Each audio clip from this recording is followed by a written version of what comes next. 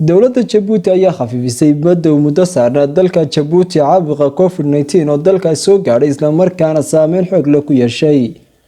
mudo oo dowladda jabuuti ay xidhay isku socodka gaadiidka iyo weliba isku socodka dadka goobaha la iskugu yimaado xuduudaha dalku la leeyahay Itoobiya iyo Soomaaliya ayaa gebi ahaanba waxay dowladda jabuuti waqtigan fududeysay isku socodka iyo weliba sidoo kale xayiraadii oo sidii hore xaaladda wax iska bedeleen goobaha laga raaco baabuurta iyo weliba sidoo kale isku socodka dhanka suuqa oo dib u furmay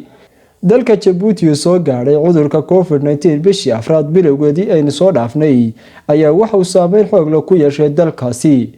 dalalka geeska Afrika marka la eego jabuuti waa dalka lagu amaanay habka ay u maareysay masiibada cudurka covid-19 ee gudaha dalkaasi soo galay jabuuti ayaa waxaa la sheegay isla markaana caalamku ku amaanay habka ay u maareysay isagoona ah dalka ugu saameynta badan marka la eego dadka uu soo ritay caabuqa covid-19 haddana se waxa yaraa dhimashada dalkaasi dad kor u dhaafaya 1,200 oo qof ayaa la sheegay inuu saameeyay iyadoona ay dhimashadu ay tahay 4 ruux oo kaliya dalka jabuuti mudo bil bara oo dalkaasi cudurkaasi la tacaalayay waxaase dowladda jabuuti Ismaaciil Cumar Geelo horkacay ku guuleysatay inay xakamayso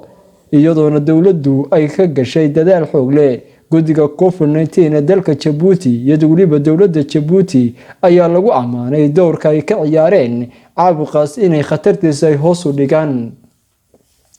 haddana iyadoo isku socodkii iyo weliba sidoo kale ay dib u furmeen dhaqdhaqaaqii dhankan bulshada dalka jabuuti ayaa haddana dowladdu waxay weli shacabka ay ku wacyigelinaysaa in la qaato taxadarka isla markaana laga taxadaro cudurka covid-19 maadaama weli dalka ku jiro isla markaana uu ka dabargoyn dadka ka raacaya baabuurta ama basaska gaadiidka u kala goosho xaafadaha dalka jabuuti gaar ahaan caasimadda dalka jabuuti ayaa la arkayay oo xidhan qalabka afka lagu xidhay face mask ama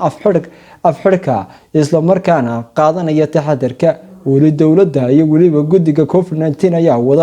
wada dadaalka wacdigelineed ay bulshadooda ku wacdigelinayaan jabuuti waa dal dhaca geeska Afrika waana dalalka waqtigan cudurku saameynta ku yeeshay balse waa dal ka badbaaday saameynta waqtigan cudurka ee dhanka dhimashada haba badnaato dadka u soo ritay